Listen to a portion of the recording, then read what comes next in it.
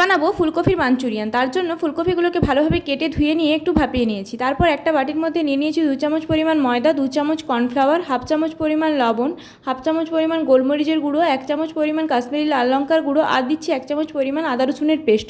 তারপরে জল দিয়ে একটা পেস্ট বানিয়ে নিয়েছি। তারপর ভাপিয়ে নেওয়া ফুলকপিগুলোকে দিয়ে ভালো করে মিশিয়ে নিয়ে বাটির মধ্যে জল দিয়ে 1 চামচ পরিমাণ কর্নফ্লাওয়ারকে ভালোভাবে গুলিয়ে নিয়ে কড়ার মধ্যে ফুলকপিগুলোকে দিয়ে ভালো করে ভেজে তুলে নিয়ে তারপরে ওই একই তেলের মধ্যে আমি দিয়ে দিয়েছি আদা রসুন কুচি আর দিয়েছি কুচানো পেঁয়াজ।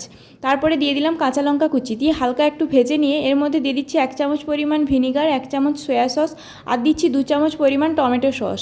দিয়ে ভালো করে একবার মিশিয়ে নিয়ে কর্নফ্লাওয়ার গোলা জলটাকে দিয়ে আবারও একবার ভালো করে মিশিয়ে নিয়ে গ্রেভিটা ফুটে আসলে এর মধ্যে আমি দিয়ে দিচ্ছি ভেজে রাখা ফুলকপিগুলো।